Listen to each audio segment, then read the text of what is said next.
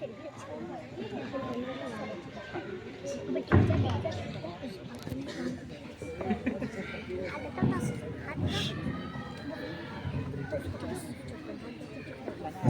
علیکم ورحمۃ اللہ وبرکاتہ۔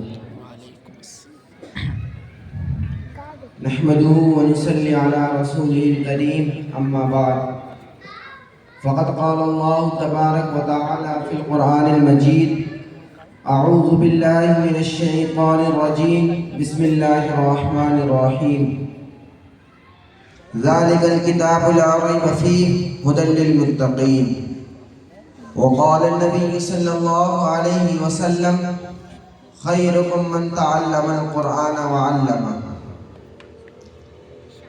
الہی رونق اسلام کے سامان پیدا کر، الہی رونق اسلام کے سامان پیدا کر، دلوں میں مومنوں کے الفت قرآن پیدا کر۔ صدر محترم، اسٹیج پر رونق افروز بزرگان دین و حاضرین جلسہ، آج کی اس محفل میں اور آج کے اس مبارک اجلاس میں میرا موضوع سخن دنیا کی سب سے پاکیزہ اور مقدس کتاب قرآن پاک ہے۔ ہمیں چڑھتے سورج کی طرح یقین ہے کہ اس کا ایک ایک حرف سچا اور صادق ہے۔ وہ قرآن پاک جس کی زبان مقدس، بیان مقدس اور جو فصاحت و بلاغت کا ٹھاٹھے مارتا سمندر ہے، جس کے متعلق ارشاد ربانی ہے۔ قرآن وہ کتاب ہے جس کے صادق اور برحق ہونے میں کوئی شک و شبہ نہیں، اور جس کے بارے میں محسن انسانیت حضور پاک صلی اللہ علیہ وسلم نے ارشاد فرمایا، تم میں سے بہترین شخص وہ ہے جو قرآن کو سیکھے اور سکھائے۔ دعا کیجئے کہ خداوند قدوس ہم سب کو قرآن کی دولت سے مالا مال فرمائے۔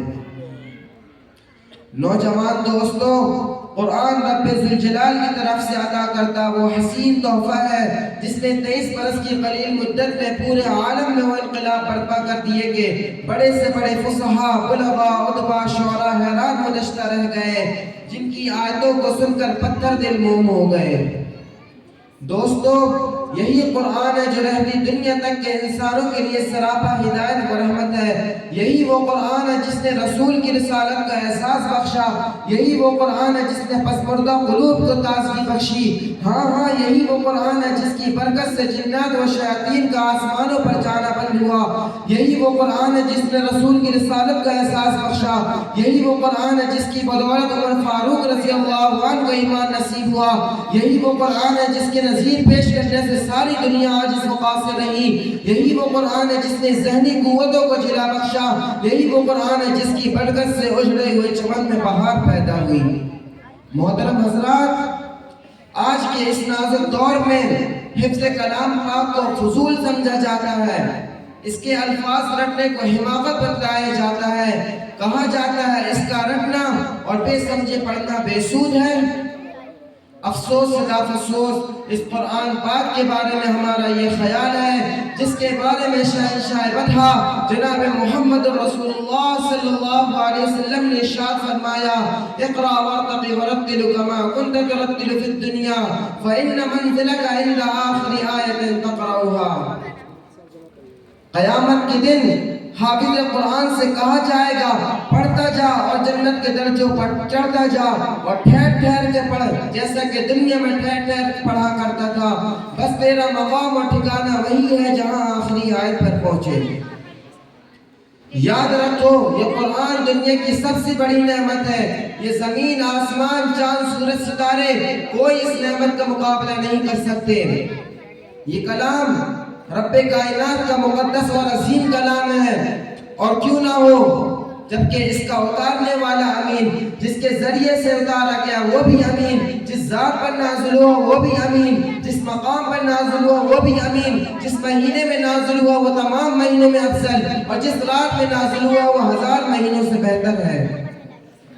اللہ کا یہ مقدس اور پاکیزہ کلام تمام کلاموں سے افضل اور بہتر ہے۔ حدیث پاک میں آتا ہے، فضل کلام اللہ علی سائر الکلام فضل اللہ علی خلقہ، اللہ کے کلاموں کو سب کلاموں پر ایسی فضیلت ہے جیسا کہ خود حق تعالی شانوں کو تمام مخلوقوں پر۔ اللہ کا دلارا خدا کا پیارا نبی ارشاد فرماتا ہے جس نے قرآن پڑھا اور اس پر عمل کیا کل قیامت کے دن اس کے والدین کو سورج سے بھی زیادہ روشن ٹاٹ بنایا جائے گا۔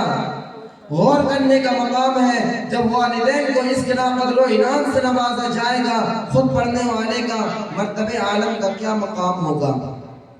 حضرات قیامت کے دن قیامت کا دن ہوگا اور ایسے 10 آدمی جن پر جہنم واجب ہو چکی ہوگی، حافظ قرآن رب کی بارگاہ میں سفارش کرے گا، پروردگار عالم اس کی سفارش قبول کرے گا اور انہی حافظ قرآن کی برکت سے نجات عطا ہوگی۔ حضرات قرآن کریم و مقدس عظیم برکت سعادت ہے جو روح خداوندی، معدن حیات اور سرچشمہ زندگی ہے۔ وہ عرب قوم جو پشتہ پشت سے مردہ چلی آ رہی تھی، دنیا جن کو ذلیل اور حقیر جانتی تھی، کوئی ان کو اونٹوں کی مینگنوں میں کھیلنے والا سمجھتا تھا، کوئی ان کو جہل عرب کا خطاب دیتا تھا، کوئی ان کو جاہلی مکہ کہتا تھا، لیکن جب قرآن آیا جن کا نام جہل عرب تھا صحابہ کرام ہو گیا، جن کو نفرت سے یاد کیا جاتا تھا، ان کو رضی اللہ عنہ و رضوان کا احساس ملا۔ جس زمانے کا نام جہل عرب تھا خیر القرآن ہو گیا۔ وہ مردہ قوم جو کروٹ نہیں لے سکتی تھی، طاقت و قوت سے ایسی بحث ہو گئی کہ کیسر و کسرا کا غرور خاک میں ملا دیا کہ بڑی سی بڑی سلطنتوں اور حکومتوں کا تختہ الٹ دیا۔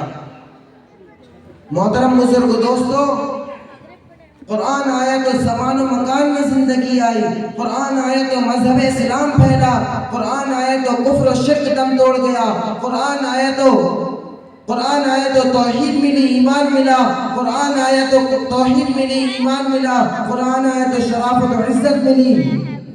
ہاں مجھے کہہ لینے دیئے، قرآن آیا تو روشنی آئی، قرآن آیا تو ضلالت و گمراہی کے وادیوں بھٹکے ہوئے انسانوں کا درد و غم ملا، قرآن آیا تو دوستو سب کچھ ملا۔